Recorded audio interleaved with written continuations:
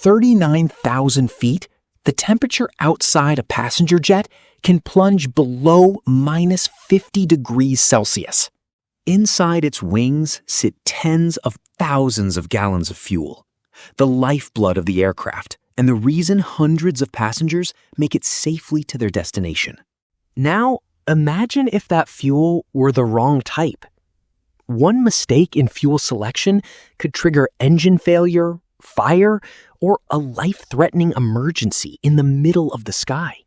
Most people assume airplanes run on some form of gasoline, just like cars. It seems logical. But if a modern airliner were filled with regular automotive fuel, the consequences could be far more serious than most people realize. So why do airplanes use kerosene instead of gasoline?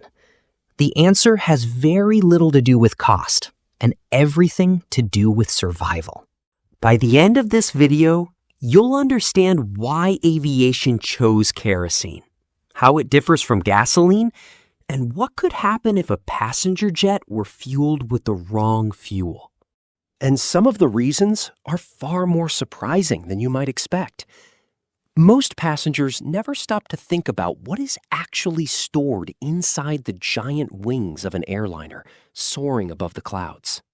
Ask someone on the street what powers a commercial aircraft, and you'll probably hear a confident answer: gasoline. When people learn that these massive flying machines run on kerosene, many immediately assume airlines are simply trying to save money. For decades, a popular myth has suggested that aviation companies chose kerosene because it's a cheap byproduct of oil refining. According to this theory, airlines save billions by avoiding expensive, high-quality gasoline. But that explanation couldn't be further from the truth. Modern jet fuel is the result of a highly sophisticated refining process. In some cases, producing aviation-grade fuel can be just as demanding and sometimes even more expensive than producing premium automotive gasoline.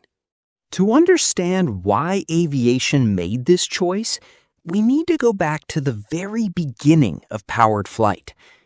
In aviation's earliest years, airplanes actually did use gasoline. The reason was simple. Early aircraft were powered by piston engines that shared many similarities with automobile engines. Gasoline worked well, it was widely available, and airplanes rarely flew at high altitudes. Those pioneering aircraft moved relatively slowly and operated close to the ground. Under those conditions, gasoline seemed like the perfect solution. At the time, few people imagined aviation would someday involve giant aircraft carrying hundreds of passengers across oceans at tremendous speeds and extreme altitudes. But as aircraft became larger, faster, and more ambitious, engineers discovered something troubling. The rules that worked near the ground stopped working in the sky. Fuel behaves very differently in the freezing environment of high altitude than it does at sea level. What appeared reliable in a car could become a serious hazard thousands of feet above the earth. As aviation technology advanced, engineers learned a difficult lesson. Simply adapting automotive solutions wasn't enough. Flight demanded an entirely different kind of fuel. That realization launched years of research into how various fuels behaved under extreme conditions.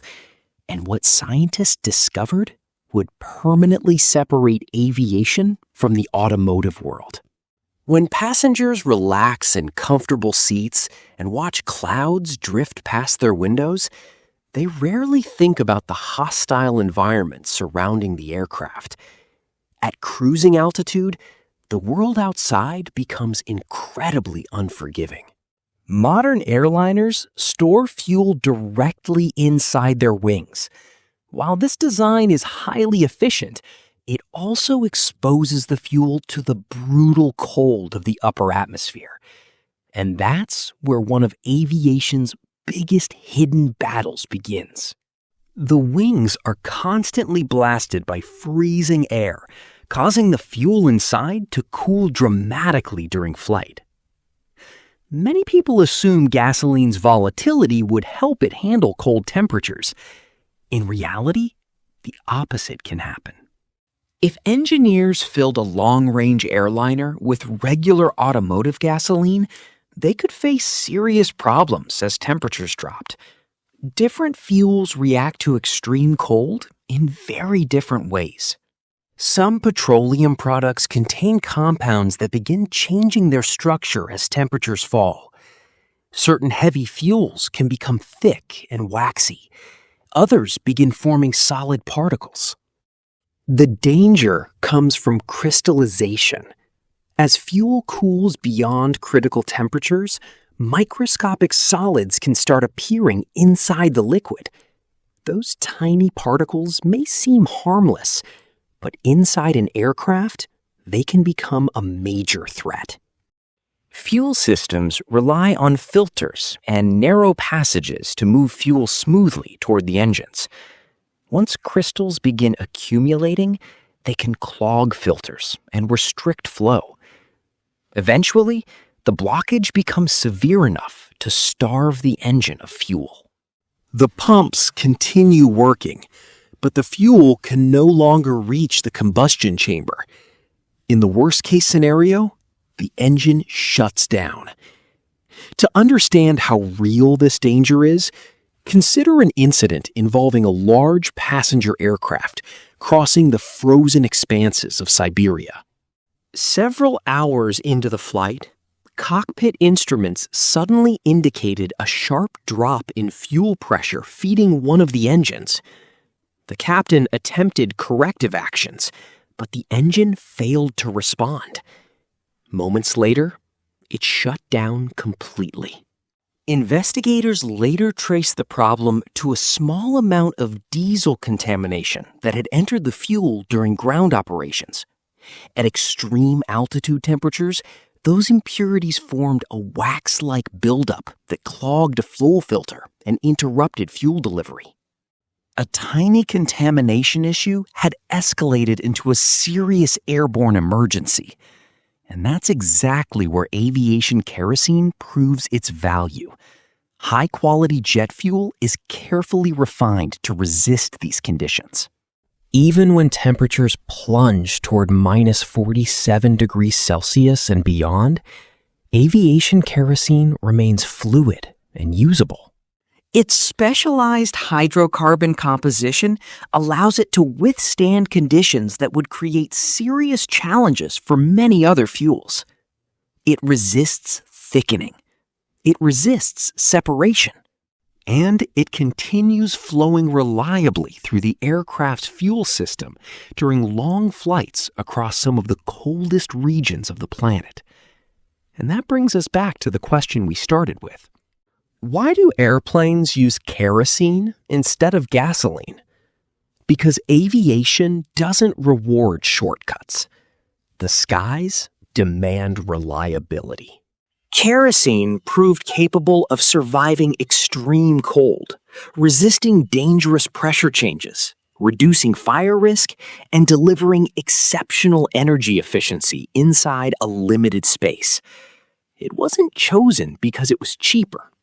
It was chosen because it worked.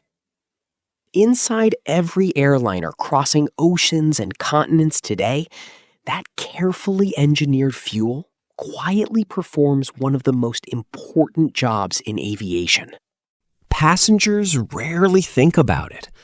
Most never even see it. Yet every day, it helps keep massive aircraft in the air, connects distant cities across the globe, and makes modern flight possible. High above the clouds, where mistakes are unforgiving and conditions are extreme, kerosene remains one of aviation's most trusted allies. After hearing all of this, were you surprised that commercial airplanes don't run on gasoline? Comment yes or no, and tell me what fact surprised you the most.